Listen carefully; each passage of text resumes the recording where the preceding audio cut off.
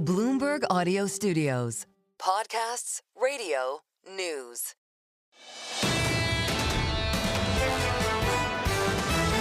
This is the Bloomberg Surveillance Podcast. Catch us live weekdays at 7 a.m. Eastern on Apple CarPlay or Android Auto with the Bloomberg Business app. Listen on demand wherever you get your podcasts or watch us live on YouTube. Joining us now from the sunny climes of his Aruba, his Dutch Caribbean, Jurrien Timmer, who grew up in the Caribbean and, of course, iconic at Fidelity Investments. Jurrien, I've got to get to your brilliant work on LinkedIn. Folks, just simply follow Jurrien Timmer on LinkedIn. While the Nifty 50 remains far from valuation extremes, here's where we are. How extreme are we right now, Jurrien Timmer? So the Nifty 50, good morning, by the way, so the top 50 companies, which in years past, decades past, have had occasional unsustainable valuation moves. So the original Nifty 50 in the early 70s, and then, of course, what we used to call the Janus 20 back in the late 90s. At the peaks, those stocks would trade at 2x the PE of the bottom 450. Today, it is nowhere near there. It's about 25, 30%. But if you take just the Mag 7, of course, which are the booster children of the mega growers, they're trading at about a 38 PE, whereas the bottom 493 in the S&P are trading at about 22. So there we are getting closer to sort of historical extremes. But having said that, you look at the earnings squiggles, and I get them from Bloomberg. You look at those sort of next 12-month numbers, next 24 months number.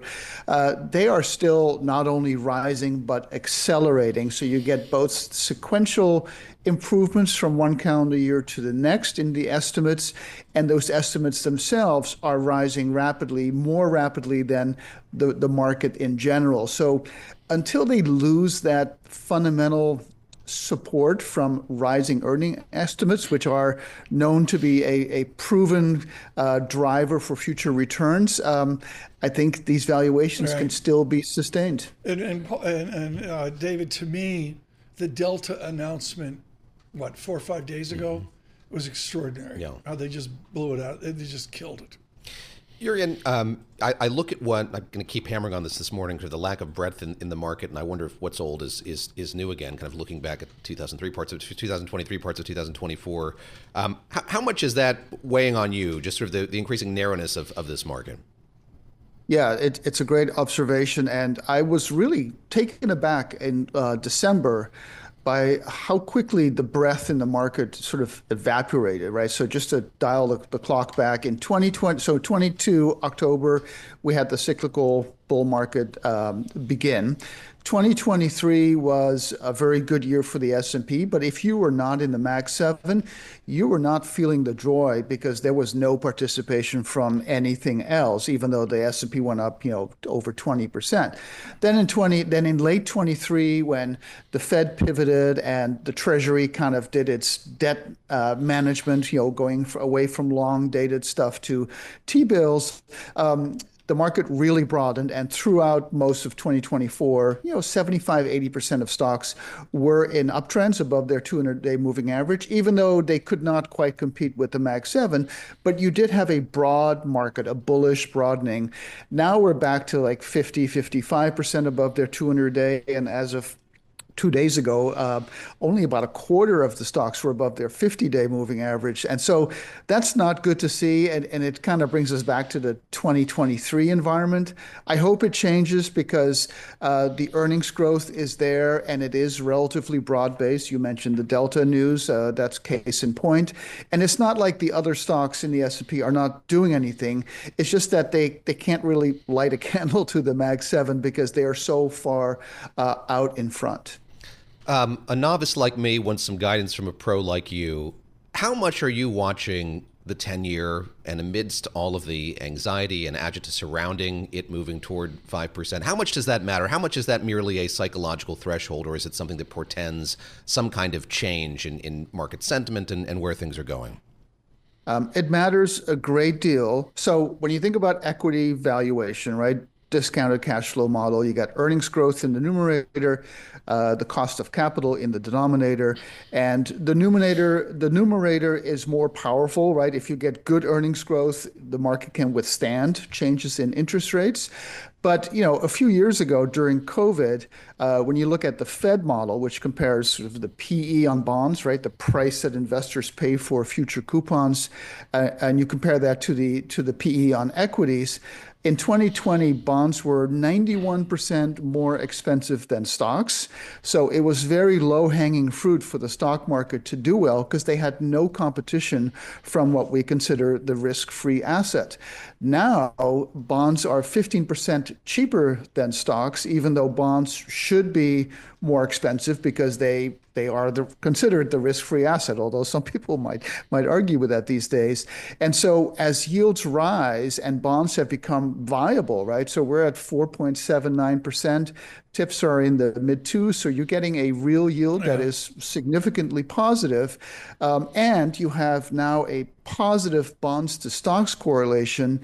You're at a point now where stocks need to compete with bonds to be that viable, risky asset. And when bond yields go up, let's say 4.5, 5, when they get into that zone, the stock market starts to wobble, which doesn't mean the end of the bull market for stocks, but it interrupts the mojo, as I've been calling it. And we saw that in 2023, obviously 2022, and we're seeing it again today. Quickly, Jurrien, what is the length of this bull market? You've got a wonderful, I'm going to be polite and call it a spiral chart out on LinkedIn that shows a duration of a bull market. On a baseball, he's Dutch Caribbean. What can I do? Okay. On a baseball standpoint, I mean, Jurrien's up in Boston. He doesn't go to Fenway anymore. It's been so difficult. But are we in the third inning or the eighth inning, Jurrien? I think we're closer to the seventh or eighth inning. And when you think about the all bull markets over the past 100 plus years, the median bull market lasts 30 months and produces a 90% gain.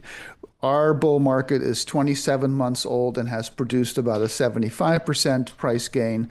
But of course, the median, is the median, and there's wide dispersion. I mean, the 1995 bull market lasted for much, much longer than that. And certainly there are parallels to that with the whole AI theme. But when you go back to periods in time where rates mattered, as we just discussed, the bull markets tend to be more sort of average, and I'm thinking like 1960s, 1980s. So I think we're in later innings, and the momentum of the valuation push, I think, is behind us. Now it's all up to earnings, which are coming through, but now you get these cross currents of the Fed being done and rising rates, and it will occasionally interrupt and slow down this bull. St. Martin, St. Eustatius, I hope I'm pronouncing that right, Saba, you did. Curacao, Bonaire, and Jurrien Timmer this morning, folks, and for those on YouTube who can see the joy, is in Aruba. Jurrien Timmer, is your Dutch Caribbean the same as your childhood? It is a lot busier than it was. But so I was born here in 1962 along with my two brothers. My parents lived here for 3.5 decades. My father was sent here in 1950 for the military service.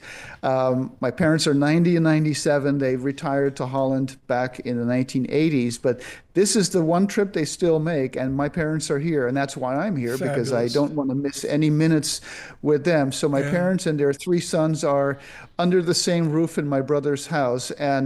But the island is much, much busier. There are more hotels. There's a lot of Airbnb. So when I go to the supermarket, because I like to cook here every night, there are so many tourists who are Airbnb-ing and therefore are cooking themselves. And that's, of course, it's great to see. It's not a criticism, but it's different from the sleepy days when I grew up here. Tom, taking notes. You're going to get down there? I'm taking notes for the president. He's got a good Airbnb recommendation. Jurrien Timmer, get in line. Can we look at the Dutch Caribbean as a 52nd state? Oh, all in good time, Tom. Jurrien Timmer, thank you so much from Aruba, and just good morning to your parents as they celebrate with you and your family in Aruba. That's really cool.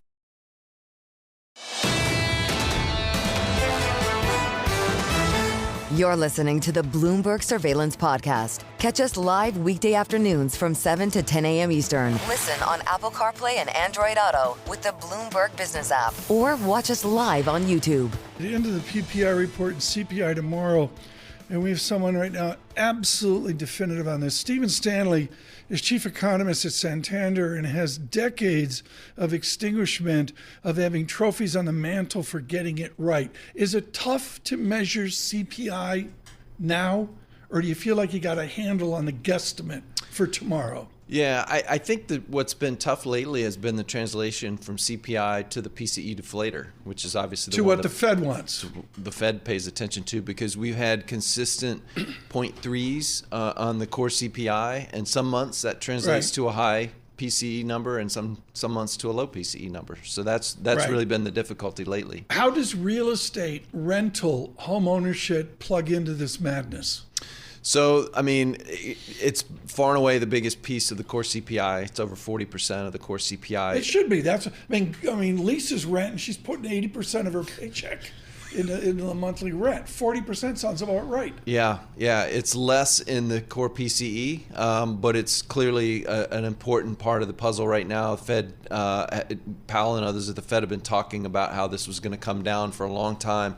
And it really hasn't until last month. We got a low reading, and so we're waiting, I think, to see whether that was a fluke or the beginning of a better trend. As we look ahead to getting these data in just a few minutes and CPI tomorrow, what would be most worrisome for you to see as you look at it on a more granular level?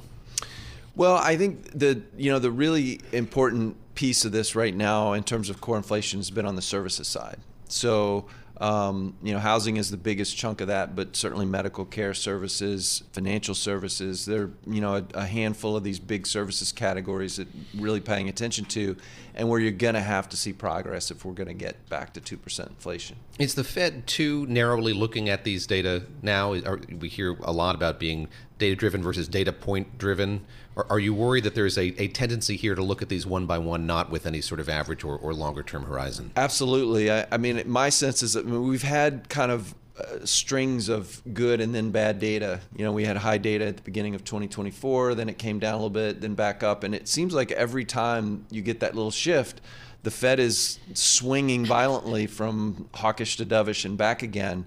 I'd like to see them provide a little bit more stability on that front. But what Global Wall Street wants to know from you is the disinflationary vector still in place? I think it is. I think that we're going to see gradual improvement. It's going to be slow, but I think we are as time passes. Theoretically, an extended x-axis, it's going to be slow, is beneficial to embed and anchor a lower inflation, right? It's physics 101. Did you do physics? In high school. In high school. I mean, but isn't the slow disinflationary tendency better for John Williams? Well, I mean, ideally, I think the Fed would like to be at 2% yesterday, right? And I think the stubbornness of inflation running above their target has been somewhat frustrating to them. But I do think on an underlying basis, we are seeing slow deceleration. So I think we'll eventually, if we stay the course, we'll eventually get to 2%, but it's not going to happen in the next month or two. The analysis here for surveillance worldwide is boom. Stephen Stanley with this as well. Stephen, you're not looking at the data, but across the board, a disinflationary tendency. What happens if we get that tomorrow with CPI? Wow. I think Talk about whiplash. The Fed would be very happy with that. I will say there's the relationship between the PPI and CPI. How can we put it? It's tenuous. And I thought we'd get a lower PPI number today, but I have a high CPI number tomorrow. So I don't think this necessarily should give us a ton of comfort. Okay, so you're going to wait to see what tomorrow's For sure. Data is. The PPI, for those younger, is not the same structure or model as the PPI we were schooled on years ago, That's right. Yeah. How is it different now? So the BLS has begun, I don't know, it's been about 10 years now, has begun to try to measure service prices at the producer level. So in the old days, the PPI was just only goods prices at the wholesale level. Some of these things it's kind of hard to get a read on because, honestly, there is no wholesale market for most services, right? So I think the methodology is quite different. What's important about the PPI now, though, is that for some of those services categories, the BEA uses the PPI data rather than the CPI data to calculate the PCE deflator items. Are you getting all this? I feel like I'm at Secretary Hegseth's Pentagon looking at the alphabet soup. David has saved me here. Steve, we were talking just a moment ago about the kind of vacillation we've seen between the Fed being hawkish and dovish as we do this kind of economic ornithology here. We're seeing a more dovish Stephen Stanley as well here in the studio as of late. How are you navigating all of this? How are you putting this together? And how's it sort of shaping this? Yes, the inflation data today, but the labor market data we got last week. How's it changed your vantage here on what's going to happen going forward? Yeah, well, as you mentioned, I mean, I've actually been pretty dovish lately, which is a very rare bird. unusual I mean, for me. I'm usually usually the hawk in the room. So I think that the economy is likely to be slower in the near term. And I think the easy explanation for that is that businesses are uncertain. We've got a lot of policy questions to be resolved. And so I think a lot of businesses have probably, even though we've seen business optimism pick up, I think businesses are sitting on the sidelines waiting to see. So I think for me, the first half of 2025 should be the slowest period. And then as we get certainty on policy, I think things start to pick up again. The question really is, are we getting a slowdown in the labor market? Mm-hmm. Last Friday's numbers would say no. Right. I would argue that we're still slowly seeing job growth moderate. I do think the unemployment rate will tick up a little bit in 2025, and that gives the Fed a little bit of a reason maybe to move closer to their view of where neutral is. Stephen Stanley, thank you so much with Santander this morning. This is the Bloomberg Surveillance Podcast. Listen live each weekday starting at 7 a.m. Eastern on Apple CarPlay and Android Auto with the Bloomberg Business app. You can also listen live on Amazon Alexa from our flagship New York station. Just say, Alexa, play Bloomberg 1130. Sarah House joins us now, senior economist at Wells Fargo. Sarah, rates higher. Does that just simply mean we got a better animal spirit, a better inflation, a better nominal GDP, and that will fold over to a good earnings season? Is that what you hear from Securities Research at Wells Fargo? Yeah, so I think that's a big part of the lift in rates that we've seen is we've continued to see a really strong performance of the U.S. economy, whether it's in some of the more growth-related indicators like the consumer spending, and we'll get a look at retail sales later this week. But also, just as we've seen the labor market firm up as well, I think that's pointing to consumers still have money in their pockets that they're spending, which I think all should still be pretty beneficial for corporate earnings growth that continue to, I think, also have that positive feedback effect with the labor market. So supporting headcount. Sarah, give us the battlefield report here as we look at the Fed's fight against high inflation and at the data that we got this morning, that miss on producer price index, looking ahead to CPI tomorrow. Where is the Fed in this fight? And I wonder about the longevity of this 2% target going forward here. It strikes me that we were kind of in this vacuum of a sort when we didn't have all of the uncertainty surrounding tariffs policy or immigration policy or fiscal policy. Now that we introduce all of that, do you think we're going to see a Fed, shall we say, place less emphasis on that going forward? Yeah, so I think this is the hardest part of the inflation fight. So early on, we had, I think, some pretty low-hanging fruit when we think about unwinding supply chains, just some normalization in commodity prices after the Russian invasion of Ukraine. But this is the harder part where we're still seeing pretty good growth, as we talked about. Right. But that doesn't leave a lot of incentive for firms to really pare back in terms at the rate of which they're increasing prices. And I think they've relearned that you can increase price without losing volume in any material way. And so I think that does make it a pretty difficult position for the Fed. And ultimately, this inflation fight is not over. Sarah House, I've got to ask here, we're deep after PPI, 40 minutes on. Have you readjusted your view to CPI tomorrow after witnessing the disinflation of 8:30 this morning?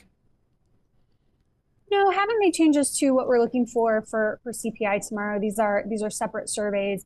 there are a few parts of it that are pretty highly correlated with CPI, like, for example, consumer food prices. But for the most part, these are looking at inflation from different surveys and different perspectives. So those from what consumers are paying versus those of what producers are receiving.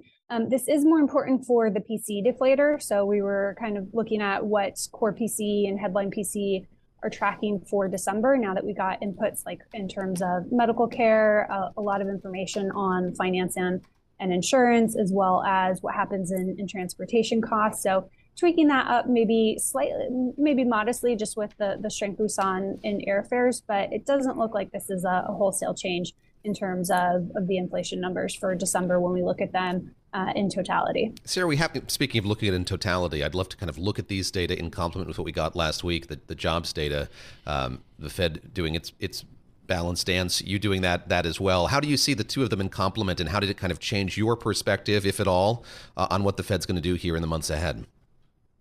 Yeah, so what I think we've really seen, especially coming out of the December jobs report, is that the scare that we had this summer over the labor market, where we certainly saw it weakening, and I think there was a lot of concern that it was going to deteriorate in a nonlinear way, I think those concerns have been set aside. And so I think that's allowing the Fed to shift its focus back more firmly on inflation to finish this fight to get inflation all the way back down to 2%. And I think with fewer risks right now being posed to the labor market, that it does point to rates, I think, staying potentially where they are for longer than maybe what a lot of folks were expecting in the final months of next year. So I think, markets pushing out the timing of that next cut and, the degree to which we even see any further cuts in the near term, I think is appropriate. I look, Sarah, at the American economy, and, Joe Weisenthal had a great tweet out. David Gurr, we're deep into 2025. Very deep. It's like we're 2 weeks in. It feels like we're in 3, 4, 5, 6 months. Sarah, do you feel like you have to remodel your 1231 model? I mean, is there a pressure to readjust now?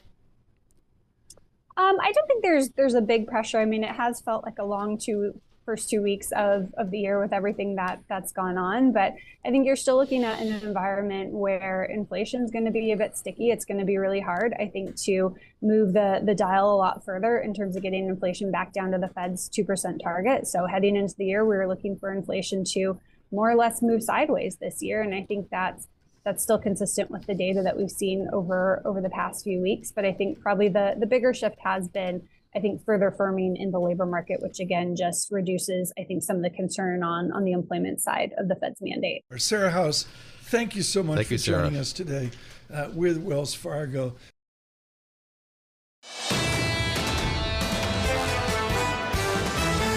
This is the Bloomberg Surveillance Podcast. Listen live each weekday starting at 7 a.m. Eastern on Apple CarPlay and Android Auto with the Bloomberg Business app. You can also watch us live every weekday on YouTube and always on the Bloomberg Terminal.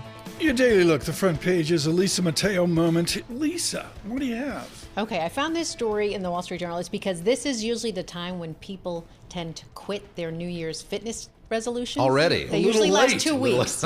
Yeah, they're usually about 2 weeks into the new year. But there's a lot of people who have not been happy about it. It's the gym regulars have been very frustrated because they always say it happens every year. The gyms are packed. They can't get a shower. They can't get a locker. They can't get on a treadmill. Is this a personal the parking lot is full. And they said they don't know the gym etiquette. There are certain gym Tom rules. not wiping off the Peloton. Exactly. When he's done riding. You have to wipe off the Peloton. What is the done number riding one? it. For those of you that don't know this on radio, I mean, Gurr is actually pretty cut and chiseled. I mean, Yeah. He climbs Mount Katahdin. Magic of radio is He climbs Mount incredible. Katahdin. Good morning, 92.9. He climbs Mount Katahdin every summer. But Lisa, you are the one. What's the number one etiquette that drives you nuts in the gym? He said, I work out from home, but when I do go to the gym, it's the wiping down the equipment you have to do, and also putting back the weights. People just leave them That's there. what drives me nuts. Yes. Seriously. Trip over him. No, They leave the weight, and They leave it around. It's always some guy who's lifting 800 pounds. Hard And for you to pick it up I'm and sitting put it there back. going, I can move this 50 pounds. No problem. Next. Yesterday we were talking about dry January, now we have this story. You're doing this for me. America's bourbon boom. It was big during the pandemic, right? So it seems to be coming to an end. A lot of insiders telling the Journal that distillers are cutting back jobs. They're stopping expansion plans, especially the smaller ones, because drinkers are cutting back, right? They're heading to cheaper brands. They also have people drinking less because of weight loss drugs, the popularity of that. They're thinking tariffs could hurt exports on top of it. And then you had that U.S. Surgeon General warning. You remember that, saying that alcohol should carry cancer warning labels. Yeah. So it's a big thing, but now they're saying they're starting to cut back. But I don't know. I need my Manhattan. I have to have it. You're not a bourbon drinker. I know that to be a fact. No, on occasion. My father actually quaffed Jack Daniels. Yeah. Jack Daniels is bourbon, Indeed right? it is. Well, excuse me. Whiskey. Tennessee whiskey. Tennessee whiskey. It's in the category. Surveillance correction. What is the specialty, the Mateo Manhattan? What is the Mateo? I like rye. Bourbon. I assume. Yeah, bourbon. Rye, Bullet. That's my choice. Very good. Very good. Solid choice. See, folks, you learn things on Bloomberg surveillance. Next. I don't know if that's a good thing. So we move on from this. So Americans drinking less alcohol, but what's becoming more on top and what's becoming center stage is cannabis. Another, especially among the younger generation, they're drinking less alcohol because they're turning to it.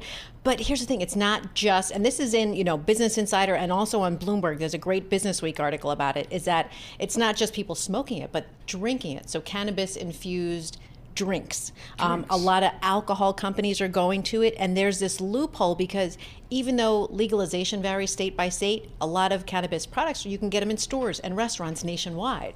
So the loophole is that it's in the Agricultural Improvement Act of 2018. It legalized the growth and sale of hemp that contains those low concentration of cannabis. So now it's kind of this free-for-all, and people are trying to figure out where is it legal, where is it not legal. But it's being sold, yes, stores and restaurants worldwide. And this is the new thing, cannabis infused. And I noticed this just quickly here. Boy, the sheds are gone in the street. Oh, yes. The restaurants. Yes, here in New York. Maybe they're replaced by cannabis shops. I was talking to a restaurant owner who said they have to build a certain type that the city approves, and it's expensive and it's a pain. But it was kind of a sad moment, in a way, to see those disappear. It was real. Lisa Mateo, thank you so much. This newspaper's Lisa Mateo. It's brought to you by Bullet Rye, your famous rye. You want to give your address in case they want to mail a card your way? This is the Bloomberg Surveillance Podcast, available on Apple, Spotify, and anywhere else you get your podcasts. Listen live each weekday, 7 to 10 a.m. Eastern on Bloomberg.com, the iHeartRadio app, TuneIn, and the Bloomberg Business app. You can also watch us live every weekday on YouTube and always on the Bloomberg Terminal.